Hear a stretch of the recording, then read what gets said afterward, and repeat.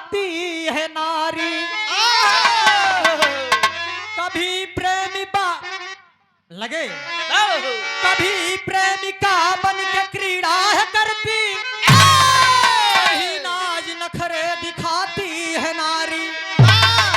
कहीं जोड़ती टूटे रिश्तों को देखो, कहीं भाई भाई लड़ाती है।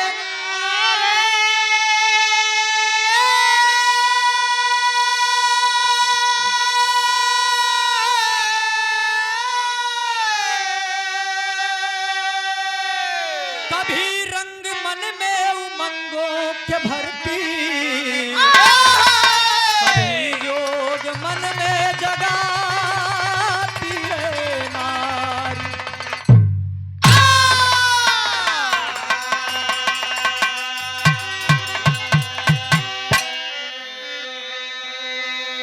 कभी रंग मन में उमंगों के भरती, कभी जोग मन में जगाती है नारी। राजा भरथरी की एक छोटी सी कहानी है साथियों। उज्जैन नगर के राजा भरथरी एक पारिवारिक भक्ति रस विरह आप सबके सामने पेश कर रहा हूं। उम्मीद है कि ये विरह आप सबको पसंद आए। विरह जगत में एक लाइन गजल के भाव मास्टर साहब तनी हारमोनिया बढ़ाए दो मुन्ना।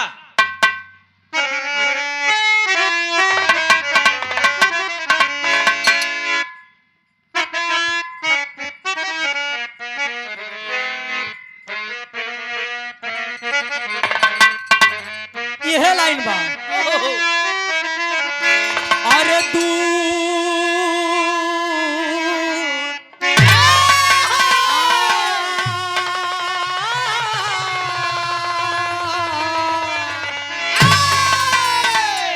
दूर नहीं जा सकती हूँ तुझी से, पास कभी ना आऊंगी।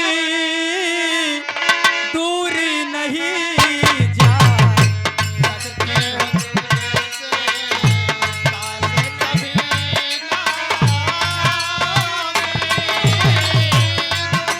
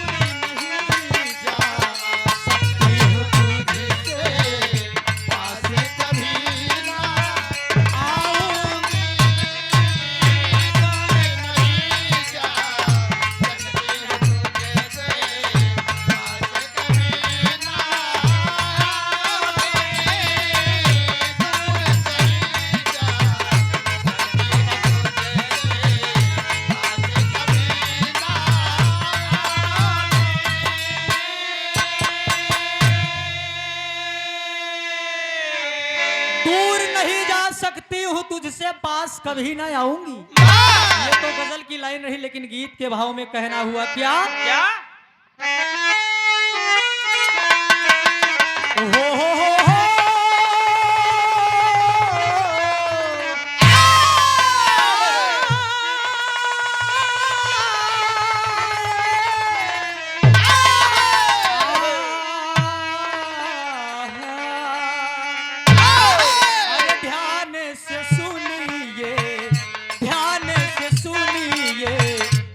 ये पुरानी ध्यान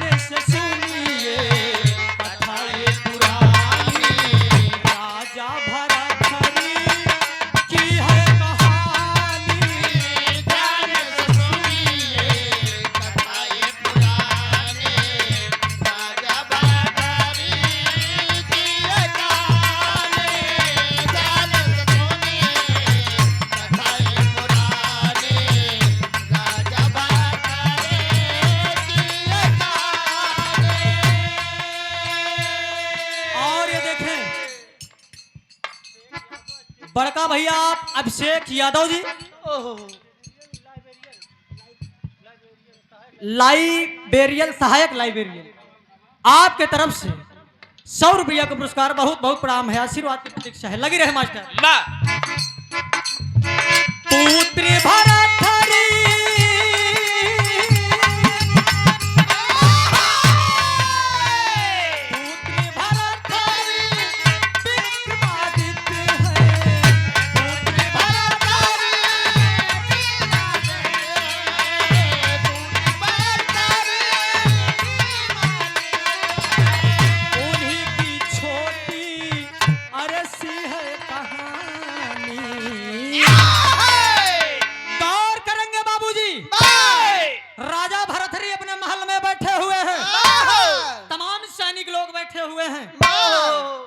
एक रानी है जिसका नाम पिंगला बताया गया।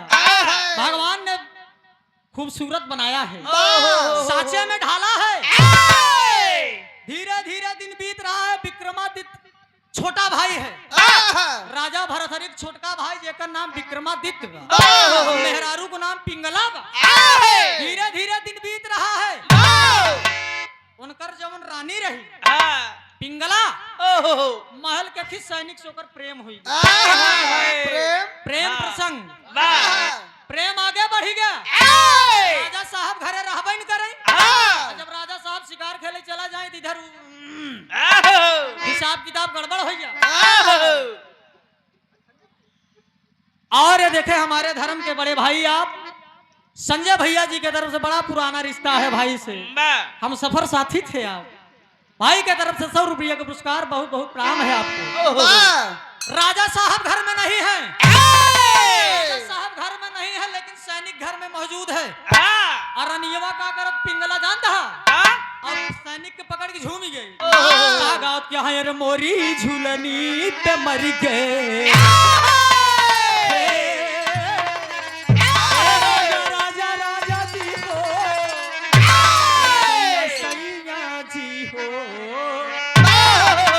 दोनों नई नवेली दुल्हन रही।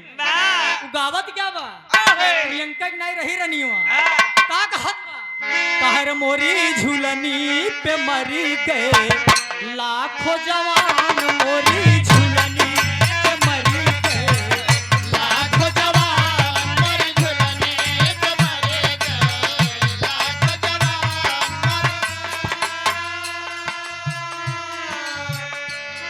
और बड़ा ही शानदार पुरस्कार नहीं है मेरे लिए, आशीर्वाद है बिरहा के शानदार ठेकेदार बड़े भाई आप रामनिधि यादव जी, आपके तरफ से 100 रुपया पुरस्कार, बहुत बहुत प्रणाम बा।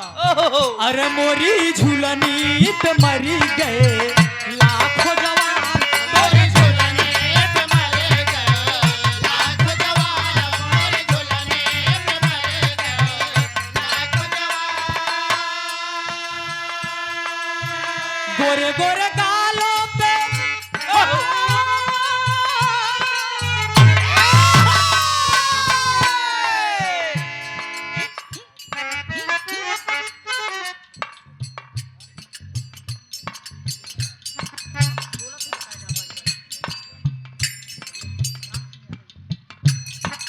और ये देखे 101 रुपये का पुरस्कार आदरणीय आप राम सिंह यादव जी गार्जियन साहब जी की तरफ से 100 रुपये का पुरस्कार, बहुत बहुत प्रणाम लौटा।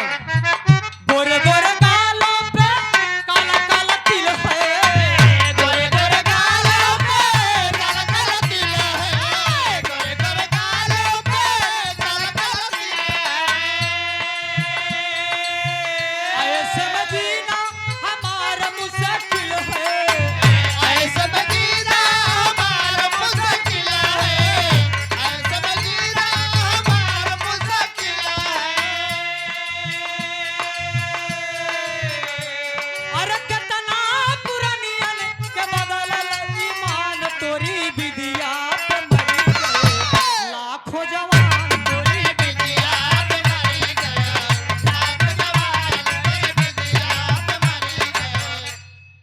हमसे भी रहा यही लड़की एक दिन गाँव जाना बिरहा रहा हमारा सामने गाय देख मोरी झूलनी पे मरी गए लाखों जवान, बाही वही मोड़त प्रियंका उठा फिर हम कहे तू हमसे हाँ। फूक दूंगा तो भस्म हो जाओगी। होश में गाना हमार नंबर लाग हम का गाय जाना था। हम कहे अरे ही झूला नहीं पे झूल गई, अरे ही झूला नहीं पे झूला नहीं पे, ही झूला नहीं पे झूल गई, झूलनी तमाम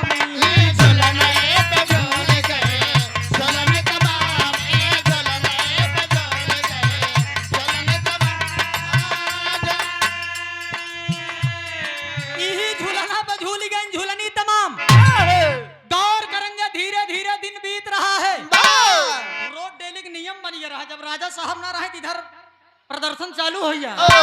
एक दिन की बात है, बड़का भैया आप श्रीमान बबलू यादव जी, आप साहब जी की तरफ से 100 रुपया का पुरस्कार। बहुत बहुत भैया के प्रणाम बा। जय सिंह यादव जी सराय हरिराम बरनक लगे ना, तब तो हमारे पड़ोसी है नारायण डी कमन दूर। 51 रुपया का पुरस्कार। बहुत बहुत चाचा जी के प्रणाम बा, आशीर्वाद की प्रतीक्षा बा। आज धीरे धीरे जब दिन बीतने लगा, प्रेम प्रसंग भी एकदम उठने लगा। एक दिन की बात है, दोनों प्रेम प्रसंग कर रहे हैं। इतने में राजा भरथरी छोटा भाई विक्रमादित्य पहुंच गया। और जब पहुंच गया तो तनम काम गड़बड़ाई है, काम गड़बड़ाई है। इधर सैनिक देख लिया कि ना ना ना ना ये तो विक्रमादित्य मुझे देख लिया है। रानी एकदम हड़बड़ाएगी कि अब मामला गड़बड़ाई है, मेरा देवर मुझे देख लिया है सैनिक के साथ में। अब ये हो ना हो अपने भाई को जाके जरूर बताएगा। गौर करेंगे, इधर विक्रमादित्य देखने के बाद चला गया। और जब चला गया इतने में रनियवा का करत जाना था, लगी अपन लूगा फूगा फारे जवन का बड़ा बड़ा पहने रही। अब देखा ही तो चाल कही गई, का बड़ा बड़ा फारे चालू कही दे। राजा साहब को मैं जवाब क्या दूंगी, बोलिया अपन बिगाड़ ले। लाली लिपस्टिक जौन मरकावा काजर रहा सब यार वहार हुई, लगी तिरिया चरित्र अपन दिखावे। शाम का बेला है, राजा साहब घर में आते हैं। और जब राजा साहब घर में आते हैं, गौर करेंगे बाबूजी, यहीं से कहानी में मोड़ ले लिया। राजा साहब विराजमान है, बैठे हुए हैं। और जब बैठे हुए तो एक लाइन तर्ज लगा मास्टर का,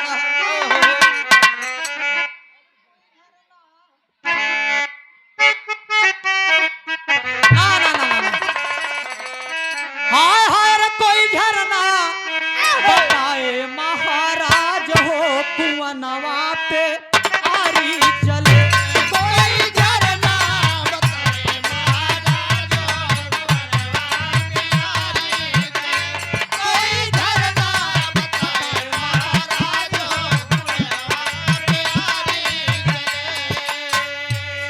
आज राजा साहब के सामने प्रस्तुत कर रही है अपनी बातों को राजा साहब।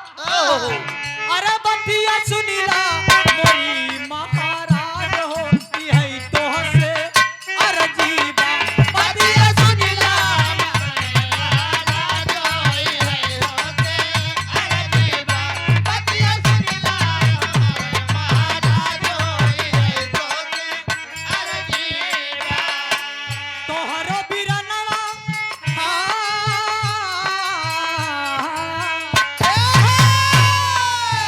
तोहरो बिरनवा चले, हम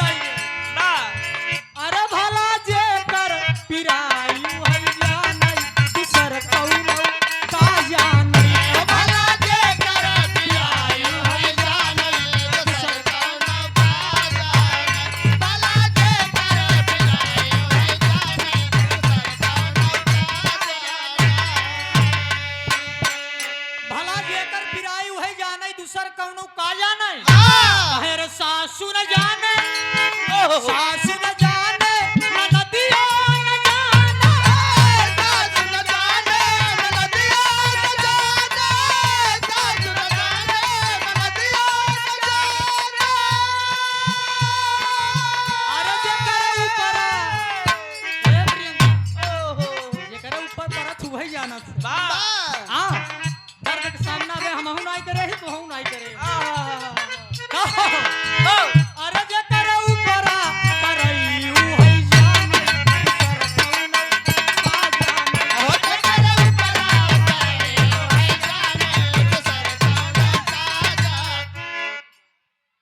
आज राजा साहब के सामने पिंगला बता रही है रो रो के, आपका जो छोटा भाई है महाराज कपड़ा उपड़ा फारेन बापन, कपड़ा उपड़ा एकदम फाड़ के राजा साहब के सामने खड़ी है। अरे राजा साहब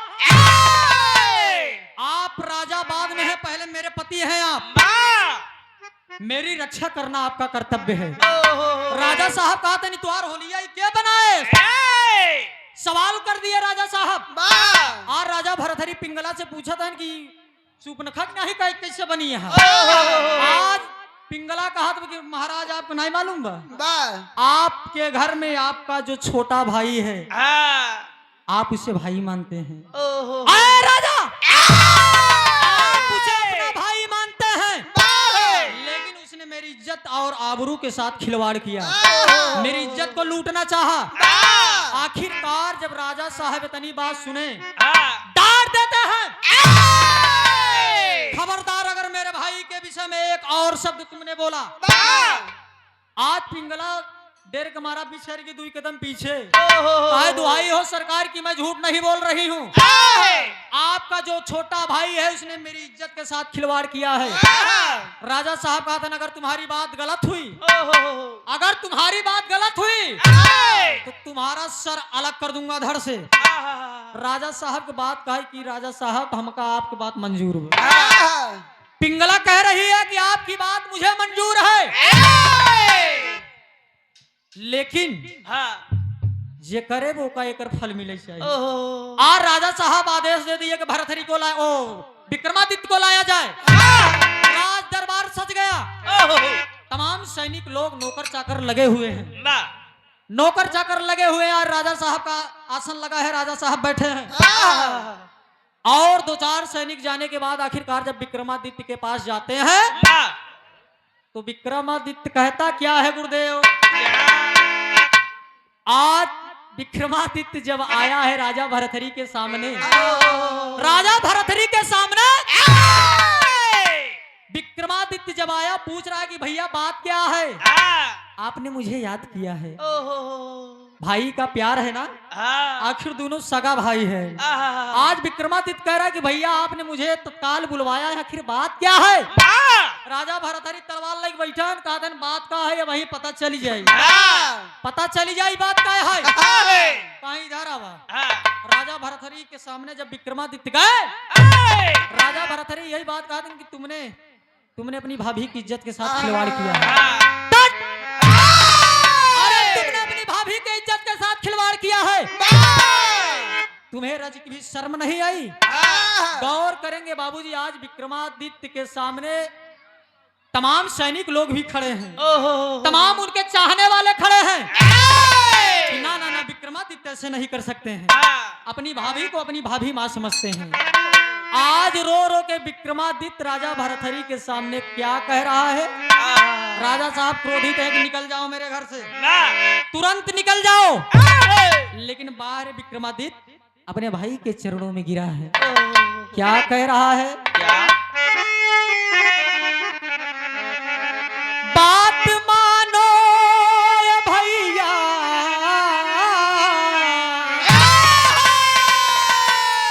बात मानो भैया,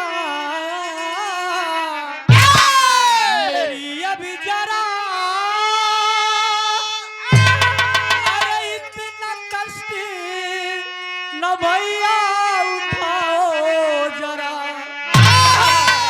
आप मुझे घर से निकाल रहे हैं भैया, आपको कष्ट करने की जरूरत नहीं है, मैं चला जाऊंगा सदैव के लिए इस घर से। क्या कह रहा है, बात मानो भैया, मेरी अभी जरा, अरे इतना कष्ट अब भैया उठाओ नहीं, आपका सेवक भैया अरे है आपका बिरंग मार कर मुझको घर से भगाओ, मार कर मुझको घर से भगाओ नहीं। आज विक्रमादित्य रो रहा है कि भैया भैया मैं आपका छोटा भाई हूं ना भैया, आखिर आज आपने साबित कर दिया भैया। राजा भरथरी कह रहे हैं कि तुम मेरी निगाहों से दूर चले जाओ, दूर हो जाओ मेरी आंखों के सामने से, मैं तुम्हारा चेहरा नहीं देखना चाहता। आज बिलख रहा है, रो रहा है, धक्का मार के राजा भरथरी बाहर निकाल दी। खबरदार दोबारा अपना शकल मुझे मत दिखाना, इस राज घराने की तरफ मत आना। धीरे धीरे समय बीत रहा है, गौर करेंगे बाबूजी। तेरी का लाइन है क्या?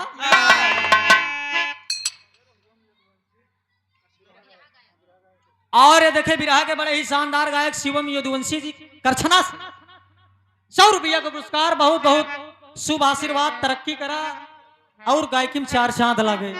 भाई को प्रणाम।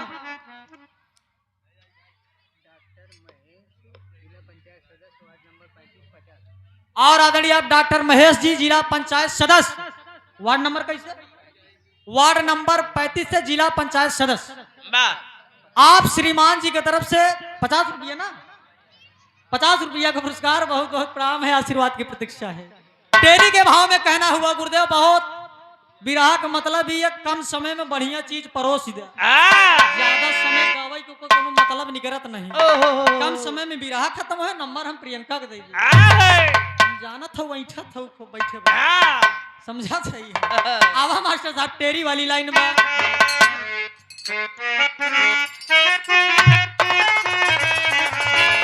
अरे करनवा कुल बतावा तू हमें,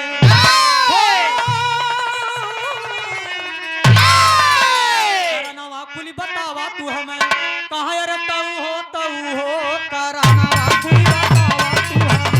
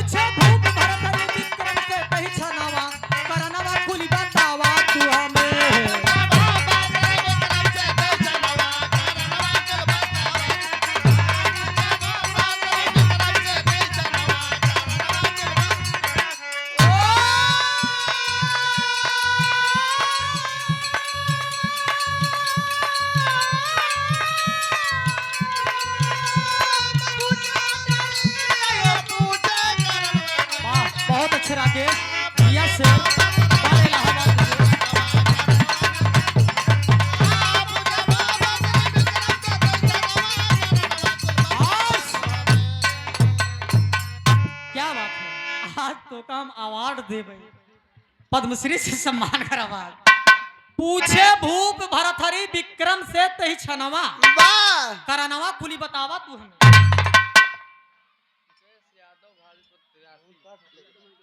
बड़का भैया मुकेश यादव जी भाभी प्रत्याशी के था भैया, प्रधानी के प्रधान पद के प्रत्याशी हैं बड़का भैया मुकेश भैया जी। 50 रुपया का पुरस्कार, बहुत बहुत प्रणाम, आशीर्वाद की प्रतीक्षा बा। गौर करेंगे आज विक्रमादित्य महल के बाहर हो गया, राजा भरथरी हटा जाकर चले जाओ मेरे घर से। आज विक्रमादित्य रोते गाते हुए चला गया घर से, चला गया है। और गौर करेंगे बाबूजी इधर होता क्या है। बात इतना ही नहीं, जब विक्रमादित्य चला गया घर से, आज राजा भरथरी के रहते हुए रखे, राजा भरथरी घर में बैठा है, पिंगला रानी बैठी बात की महाराज हमारे बतिया के यकीन भर न, आखिरकार ये हमारी इज्जत के साथ खिलवाड़ किया कि नहीं। राजा कहने बिल्कुल, उसने अगर तुम्हारी इज्जत के साथ खिलवाड़ किया मैंने इसे भगा भी तो दिया। आप तो खुश सहू ना, पिंगला एकदम खुश बा, तो हमारा एकदम काटा साफ हुई है, बीच में क्यों मिले ना। गौर करेंगे बाबूजी इधर विक्रमादित्य चला गया, एक दिन की बात है। होता क्या है, एक लाइन तर्जबा।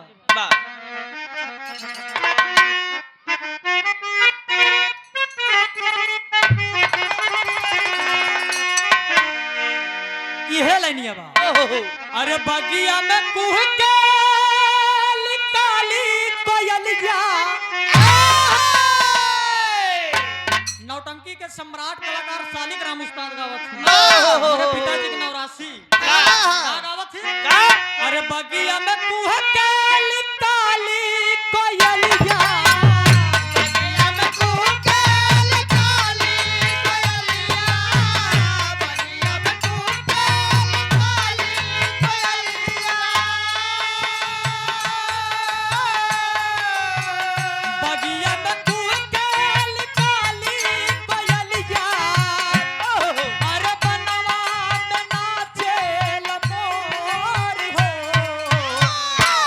चली गौआ की ओर,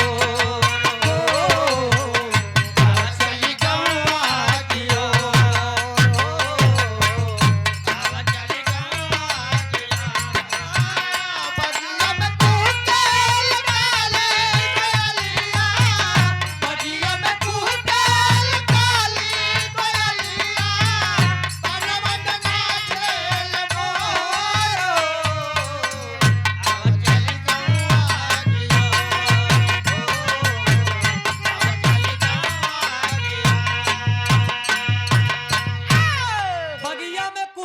काली कोयलिया बनवा में नाचे मोर हो आवत चली गौआ की ओर। ये पुरानी लाइन है मेरे दोस्त, लेकिन आज राजा भरथरी पिंगला से कह क्या रहे हैं? क्या चाँद से प्यार सुना हमारी सजनिया।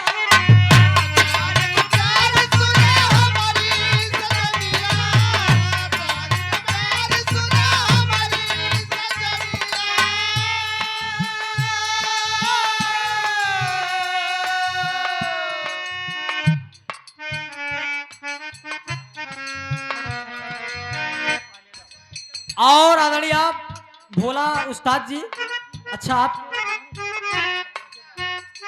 अच्छा उनके मामी जी मतलब अच्छा देहांत हुआ है उन्होंने रही बा। अच्छा आप भैया जी की तरफ से 100 रुपया का पुरस्कार बा। बहुत बहुत प्राण आशीर्वाद की प्रतीक्षा है। चाँद से प्यार सुना हमारी दुल्हनिया।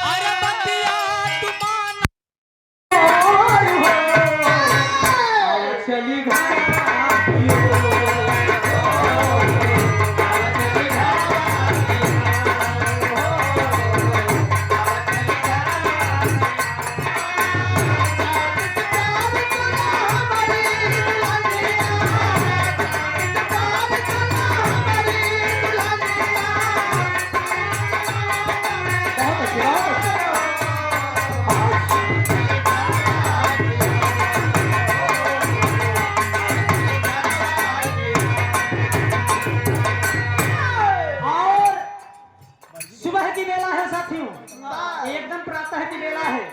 तीनों प्राणी घरे में बैठा है। दोनों प्राणी घरे में बैठा है। एक साधु महात्मा जन पहुंचे, दरवाजा खटखटा दिए। जब दरवाजा खटखटा दिए तो राजा साहब सैनिकों को आदेश दिए कि देखा के आते बाबा। जब देखा तो कहा महाराज एक साधु महात्मा आए हैं। अगर साधु महात्मा आए हैं तो सागर एकदम अच्छा बबलू यादव जी आपके दादी का देहांत हुआ है। उसी उपलक्ष्य में आज तेरही का कार्यक्रम है। आत्मा की शांति है तो आज तेरही का कार्यक्रम किया गया। मालिक अपने श्री चरणों में उच्च स्थान दे। यह कहना आप ना ना ना वो का छोड़ा है। राजा साहब का करते हैं धोखा देखा। राजा साहब जब सैनिक के भेजते हैं आज सैनिक लोग लिया कि साधु महात्मा को बैठाए दिन बढ़िया जल पान होत बा। राजा भरथरी से साधु महात्मा कहा है जाना था। आए राजा साहब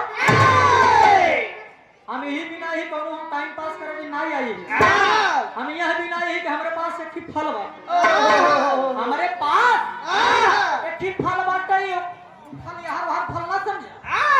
फल ऐसा है कि जे खाई ले जल्दी बुढ़ावे और जे जवान को तो जवाने रे कहूं गड़बड़ी समझे हाथ से लग प्रियंका अमर फल देख ना।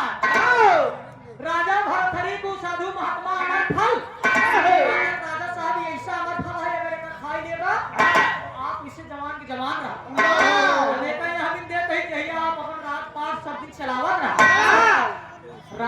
साहब को देखे के बाद आज साधु महात्मा चला गया।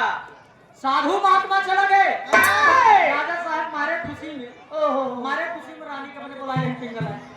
रानी को बुलाए हैं तनी यहाँ रहा तनी यमू रहा।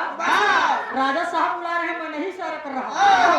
राजा पिंगला कहा तो तनी हमारा लगे चली आवा। पिंगला कहा बटी का या अक्सर करके गांव देश में मेहरबन जौन होती आखिर अपने मस्जिद का या तनी छिसला। आज पिंगला रानी राजा साहब के जब पास गई, राजा साहब कहा था कि आज मैं तुम्हें एक उपहार देने वाला और उपहार ऐसा होगा जिंदगी भर याद रखो। राजा सोचता था कि हम का करे खबले चली के अपने रानी के ना दी सदैव इसे मेंटेन करी रहे। हां एकदम तैयार। राजा साहब ले पहुंचे कहनी फल जाना थी है रे। पिंगला का ना फल तो यार और का कहनी समझी न पाऊ पगल ये फल नहीं हमार फल। एक साधु महात्मा महल में आई रहे और वही फल देख गए कहनी ये खाई सदैव जवान। राजा साहब वो फल पाए बाद पिंगला को दिए। अब पिंगला का करे तुम जाना था जौने कोतवाल से प्रेम करते रहे। जौने कोतवाल से प्रेम करते रही लई जाए तो वहां कोतवाल के दई दे सैनिक के और सैनिक का आकार रह जाता। सैनिक के कहूं और एक जन होकर चला रहा बेश्या की कोठे पे एक नर्तकी से वो प्रेम करता था। पिंगला प्रेम करता रहा लेकिन एक नर्तकी मतलब नटकटी ना है नटकटी कहा नटकटी कहा पूछे जाओ। हाँ नर्तकी मतलब मुजरा करने वाली नाचने और गाने वाली। कोतवाल प्रेम करता रहा और जब फल पाए तो मन में आई बतावा रनियवा हमका फल दे कहे कि एका खाई लेबो तो सदैव तू जवान रह। देख लो फल कहां चला गया। राजा पाए तो अपने रानी पिंगला दे है और जब पिंगला प्रेम कर रही कोतवाल सैनिक ओका दे है। कोतवालों देखा प्रेम करता रहा बेश्या से। अल्लाह के बाबूजी फल पहुंच गए कोठे पे। गावत का मुजरा चालू बा यह गावत बा कहरे लाया मोरे राजा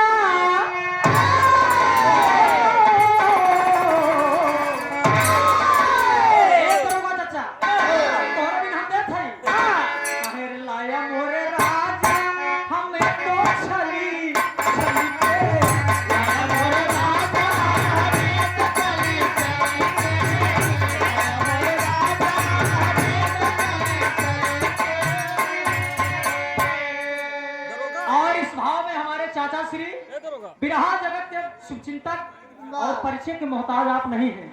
हर कलाकारों का आप सम्मान करते हैं, सबसे बड़ी बात यही है। एक कलाकार का नहीं आपकी तरफ से गीता नगर के पावन धरती 100 रुपया पुरस्कार बहुत बहुत प्रणाम है। लेकिन इधर दावत क्या बेस्या लाया मेरे राजा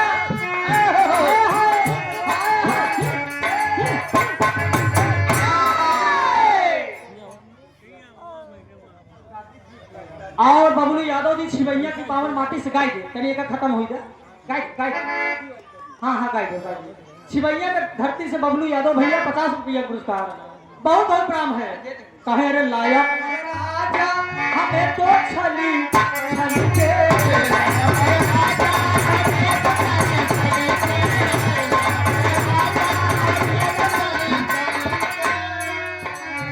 लाया मोरे राजा हमें तो छल छल के।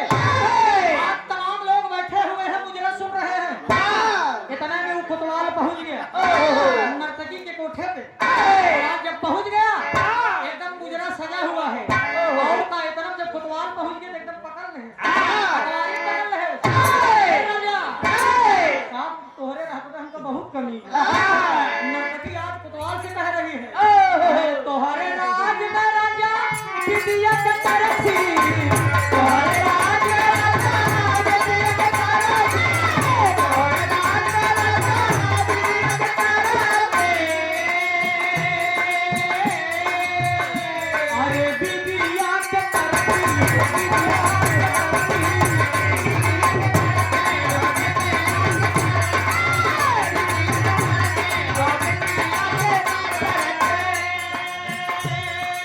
तोहरे राज में राजा बिटिया के तरसी कहा लाया मोरे राजा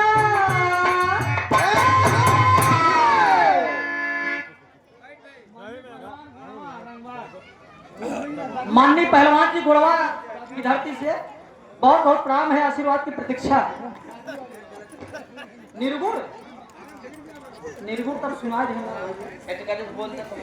और ये देखें प्रदेश सचिव समाजवादी पार्टी डॉक्टर महेश यादव जी संघर्षशील और दमदार भावी जिला पंचायत सदस्य वार्ड नंबर 35 से फरवरी से संघर्षशील और दमदार प्रत्याशी मुकेश यादव जी भावी प्रधान पद के प्रत्याशी, ग्राम सभा मनसहिता बीडीसी पद प्रत्याशी संजय यादव जी एडवोकेट साहब हाई कोर्ट। बहुत बहुत प्रणाम है, आशीर्वाद की प्रतीक्षा है, ढेर सारा आशीर्वाद प्यार दुलार कि तोहरे राज में राजा बिटिया के तरसी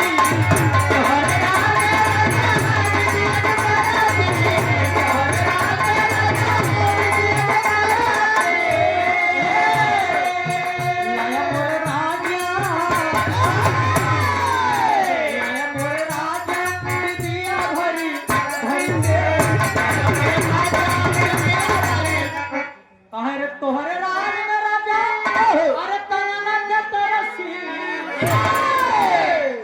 आज के मुरझान है। पौधे में भाई पानी नहीं मिला है हम जाना थे पानी पाई जाऊं थरियराई जाऊं गलत न समझू। अरे तोहरे राज में राजा कंगन के तरसी तोहरे राज में राजा कंगन के तरसी तोहरे राज में राजा लाया मोरे राजा लाया मोरे राजा कलाई भरी भरी के लाया मोरे राजा कलाई भरी भरी के लाया मोरे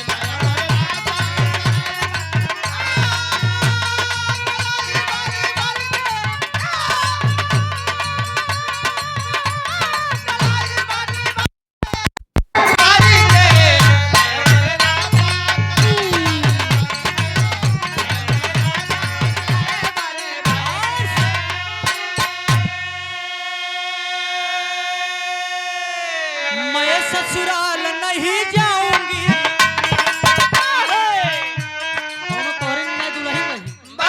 तैयार ही नहीं रही तेरे जब आएगी कहे दुल्हा हमारा बड़ा पूरा फाती आज हम जाबन कर हाथ जोड़ ले पूरा फाती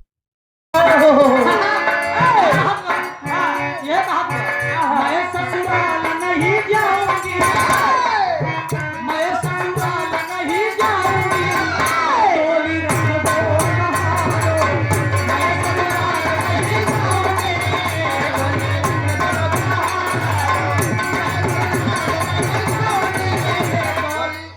मैं ससुराल नहीं जाऊंगी डोली रख दो कहाँ रो। आप गौर करेंगे जो सैनिक फल लेके गया था कहानी भी एकदम फरियाई के चलत रहा।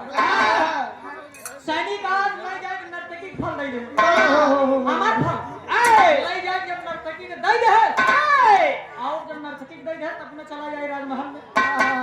जब राजमहल में चला आया धीरे धीरे से सीख रहा है नर्तकियों तरफ का जाना था सोचा तो मेरी हम फल खाए ले सुरेश भाई नर्तकी सोच रही है अगर इस फल को मैं खा लूंगी तो जीवन भर तमाम लोग मेरा शोषण करते रहेंगे मेरे शरीर के साथ खिलवाड़ करते रहेंगे। अगर इस फल को कहे हम अपने लोग के राजा साहब को दे दे अगर वो फल के खाए नहीं तो तुम बना रही हो जब बना रही तो राजपाट चलत रहे।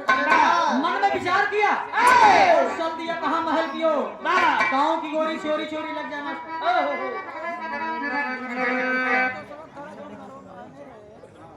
पवनू यादव जी छिवैया की पावन माटी बहुत बहुत काम है छिवैया मतलब 2 दिन पहले कर धारा यादव उस्ताद थी नीबी में 51 रुपया पुरस्कार सुखी रखे। आज नर्तकी फल लेके सोचा चलिए अपने राजा साहब को कम से कम अगर इस फल को खा लेंगे उनका राजपाट चलता रहेगा। आज जब चल दिया तो एक लाइन तर्जुमा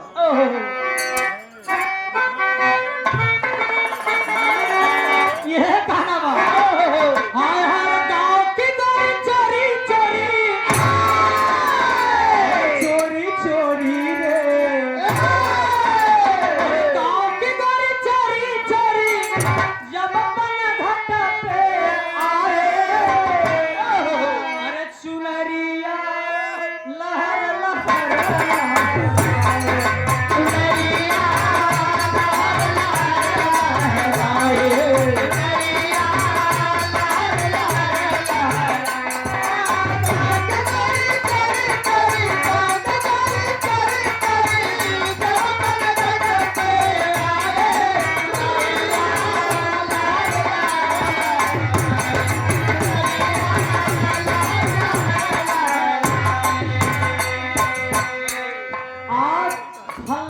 महल की ओर जब चल रहे हैं कहना है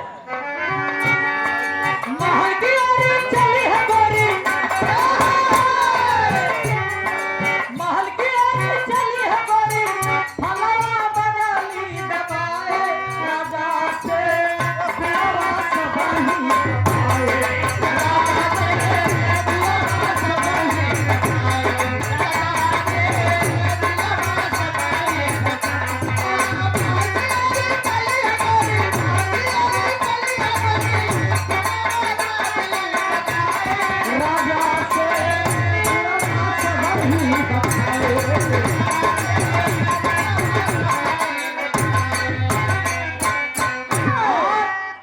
जब फल लेके पहुंच गई राजा साहब के सामने उपस्थित है कि राजा साहब बैठे हुए हैं आसन लगा हुआ है नर्तकी पहुंच गई कहे दुहाई हो सरकार की कहे राजा साहब एक काम समाई हुई राजा साहब भरथरी कह रहे क्या बात है एकदम सवेरे की बेला में तुम रात दरबार में कैसे लाल जी का नर्तकी पहुंच गई राजा साहब सवाल कर दिए कि क्या इतने सुबह की बेला में कैसे तुम आ गई बेसिया कह रही कि महाराज बड़ा जरूरी काम से आई है एक ही फल ले आए हैं यही आपको दे भी ना राजा साहब सारे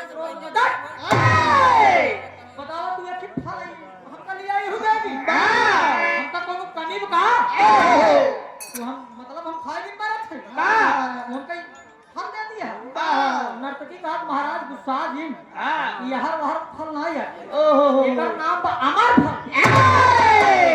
फल की खूबी में जे खाई ले सदा जवान रहे ओहो जब इतनी बात राजा सुनी जब वो फल हाथ में ले तुम समझ गए फल तो हम अपने रनिवा पे यही फला कहा कि अमर फल है तो खाई ले राजा साहब समझ गए बाबूजी और नर्तकी को तक आदेश दे दिए सैनिकों को पकड़ लो इसे मेरे सामने पेश किया जाए नहीं भाग गई यार बाहर काटन के भागे ला सैनिक पिछड़ के पकड़ दबोच ले ये हो बच के कहां जाओगे तुम राजा साहब का आदेश पकड़े के बाद ले गए राजा साहब सामने खड़ा कर दिए जब राजा साहब सामने खड़ा कर दिए राजा साहब सवाल कर दिए कह रहे हैं कि बताओ कि फल कहां पाए विचार में यह वहां करस नहीं हम यहाँ पाए रहे वहां पाए रहे राजा साहब का तुम सही सही बता दो नहीं तो तुम्हारा सर अलग कर दूंगा और जब इतनी बात नर्तकी सुनती है तो राजा साहब से सारी बात बता दो राजा साहब का बताए मैं तलवार से तुम्हारा सर अलग कर दे तुम्हारा नर्तकी बताओ कि महाराज हमको मारा बड़े कम समय विरह समाप्त नर्तकी कह रहे कि महाराज हमका दिन मारा हम बतावत ही फल पाए कहां गौर करेंगे आप नर्तकी बताने लगी क्या बता रही है आधा के भाव लगाना सुनता है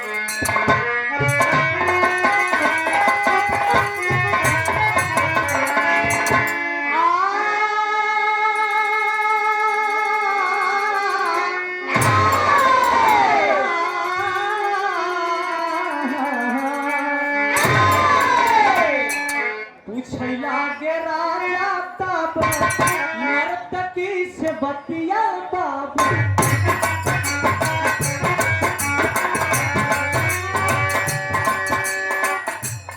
धारा जिनसी की पावन माटी जिनके बड़की अम्मा जी का देहांत हुआ उसी उपलक्ष्य में आत्मा की शांति हो के रही का भंडारा रखा गया है प्रसाद के रूप में बहुत बहुत प्रणाम है आशीर्वाद की प्रतीक्षा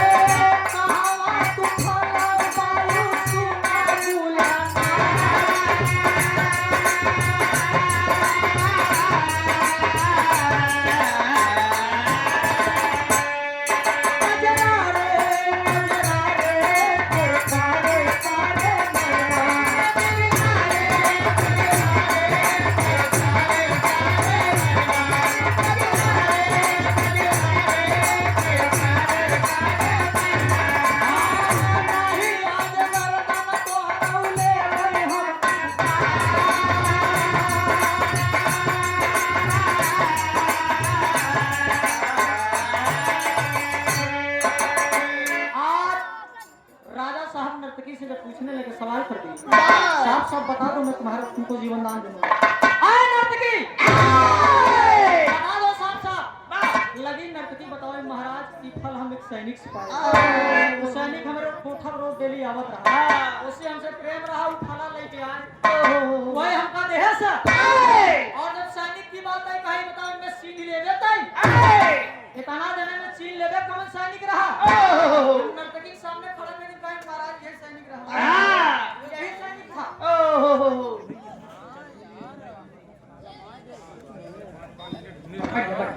मैं एकदम धुने ना बढ़िया बढ़िया धुने भाई। 5 मिनट में विराह समाप्त हुआ, यही कारण सार्थक लेथे करेजा। कब सुने आज नर्तकी बता रहे हैं महाराज हम तोरे की दरबारी से पाए।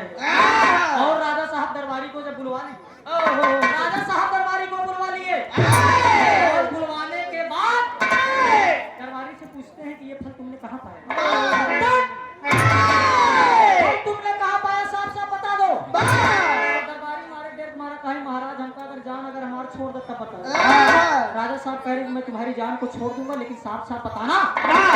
दरबारी कहा महाराज नाराज न हो, ये फला हमारा हमका तोहर रनियो ही दे फला आपको रानी साहिबा पिंगला हमका दे रही। अरे बाप रे, गौर करेंगे आज राजा साहब जब इतनी बात सुने, आज पिंगला को सामने बुला लिए। सामने बुलाने के बाद कहते हैं कि हरामखोर तुमने मेरे साथ छल किया है। अरे तुमने मेरे साथ छल किया है, और मैं जानता हूँ कि मेरा भाई निर्दोष था, मेरा विक्रम भाई निर्दोष था, लेकिन तुमने अपना प्रिय चरित्र दिखा दिया, और मेरा भाई भी मुझसे जुदा हो गया, और तुमने मेरे साथ इतनी बड़ी गद्दारी की।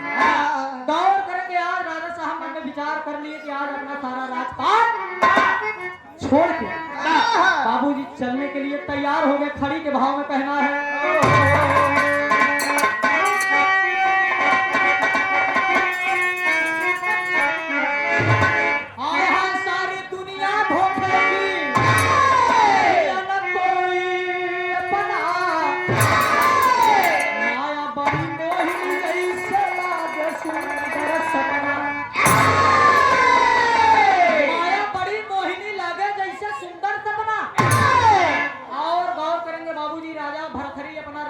छोड़ने के बाद गुरु गोरखनाथ जी के आश्रम चल दिए। जब गुरु गोरखनाथ जी के आश्रम में चल दिए, तो जब गुरु गोरखनाथ अपन चेला बनाए रहे, कहें बेटवा इसे तो हर जो अरमान सफल ना हो, अपने घर से भिक्षा ले पड़े, माँ कह के संबोधित करना पड़ेगा।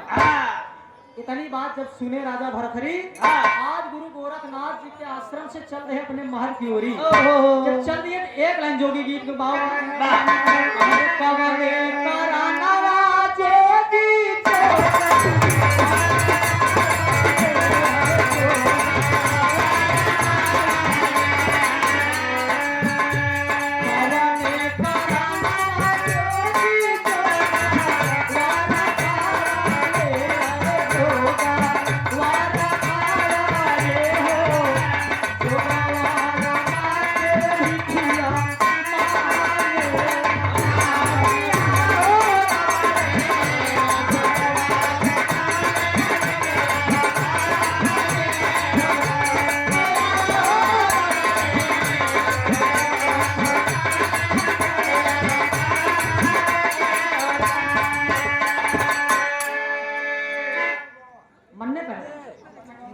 पहलवान गोरख पावन माटी शुरू किया दातार सुखी रखे, लेकिन कहना है क्या हर लोग के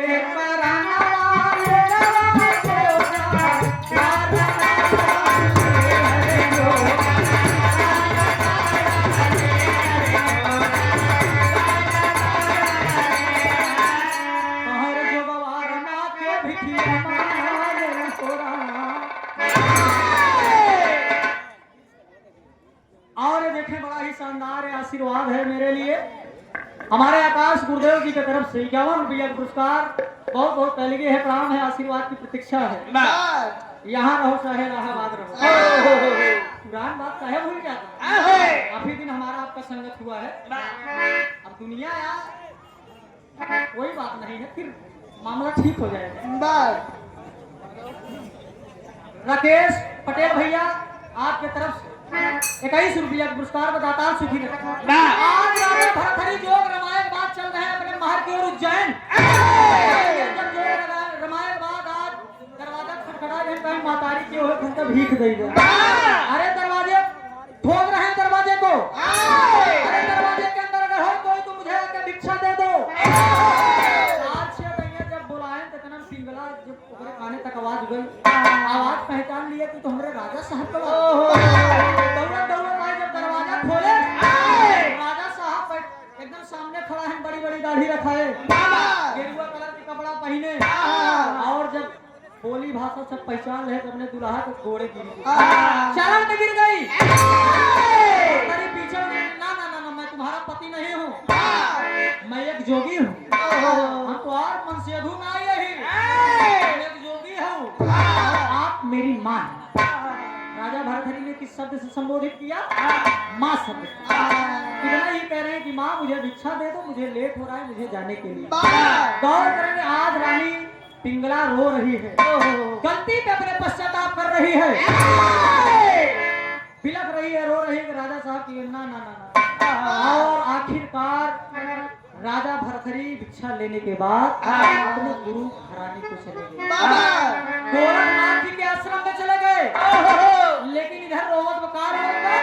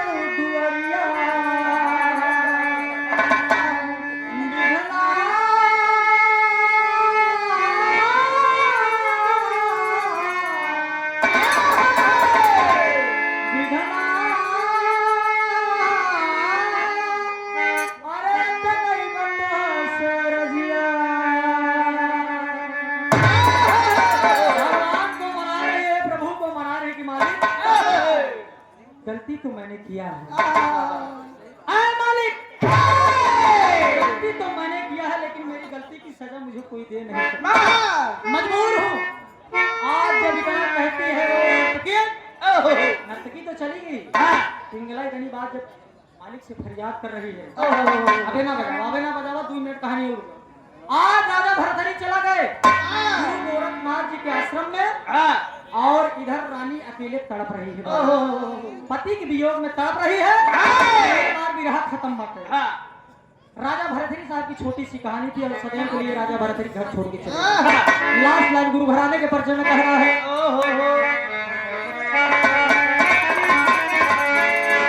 भिक्षा पिंगला से अब लौट के गईले बनवा।